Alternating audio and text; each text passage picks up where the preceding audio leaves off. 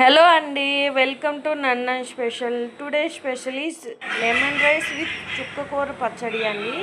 కొత్తగా ఉంది కదా, ట్రస్ట్ మీ, చాలా అంటే చాలా టేస్టీ ఉంటుంది ఈ కాంబినేషన్లో.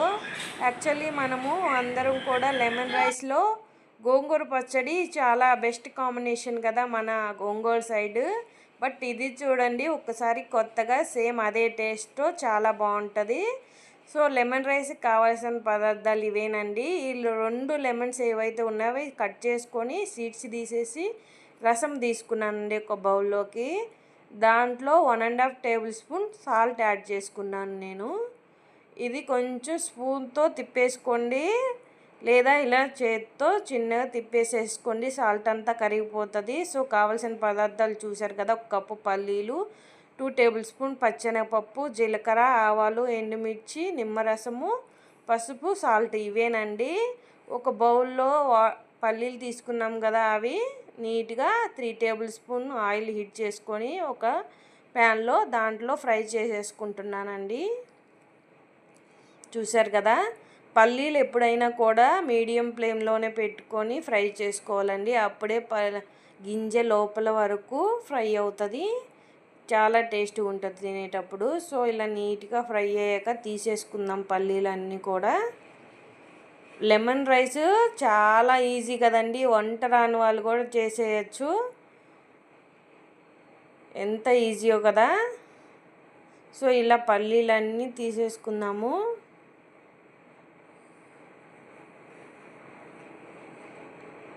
చూసారు కదా, ఇలా పల్లీలన్నీ కూడా తీసేసుకుందాము. నేను చెప్పే ఈ కాంబినేషన్ ఎంత వంట రాని వాళ్ళు కూడా చేసేయచ్చండి.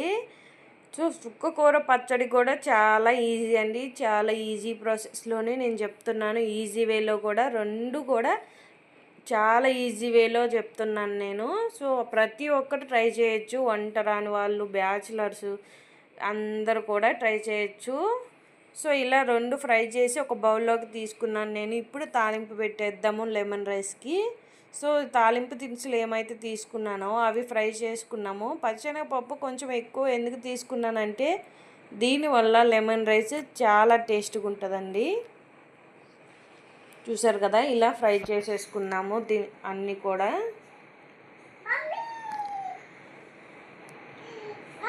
ఇవి కొంచెం ఫ్రై అయ్యాక దీంట్లో ఒక 1/2 టేబుల్ స్పూన్ పసుపు యాడ్ చేశాను.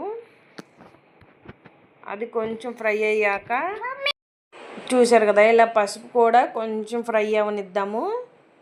సో ఇప్పుడు కరివేపాకు యాడ్ చేసుకుందామండి. 2 రెమ్మల కరివేపాకు యాడ్ చేసేసుకుందాము. ఇది కొంచెం ఫ్రై అవనిద్దాము.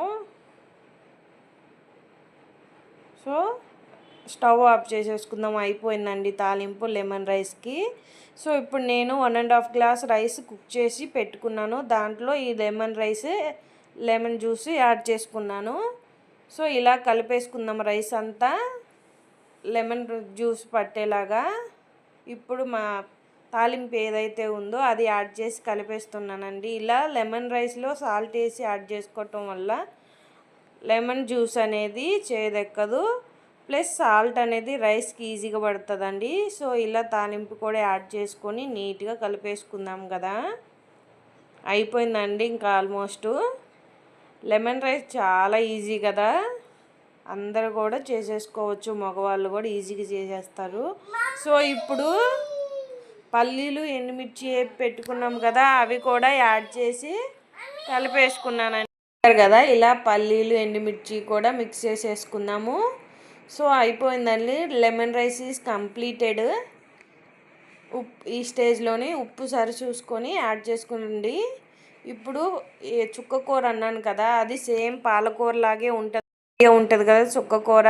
సో ఇది 2 పీసెస్ కింద కట్ చేసుకొని కడిగి ఒక బౌల్లో యాడ్ చేసుకున్నాను నేను. చుక్కకూర చాలా మెత్తగా కుక్ అవుతుందండి. సో 2 టమాటాలు, ఒక 6 పచ్చిమిర్చి తీసుకున్నాను నేను. ఇంకొంచెం కారం తినేవాళ్ళు 8 అలా కూడా తీసుకోవచ్చు. ఈ 2 టమాటాలని చూసిన విధంగా పీసెస్ కింద కట్ చేసుకుందాము. చూసారు కదా, ఇలా కట్ చేసుకున్నాము.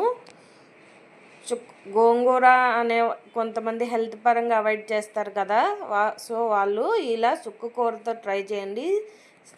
సేమ్ టేస్ట్ వస్తుందండి. సేమ్ గోంగూర ఏ టేస్ట్ అయితే ఉంటుందో సో అదే టేస్ట్లో ఉంటుంది. ఇవి పచ్చిమిర్చి టమాటో కట్ చేసుకున్నాను కదా, ఇవన్నీ కూడా ఆ బౌల్లోకి యాడ్ చేసుకుందాము. చూపించిన విధంగా అన్నీ యాడ్ చేసేసుకోండి కడిగి.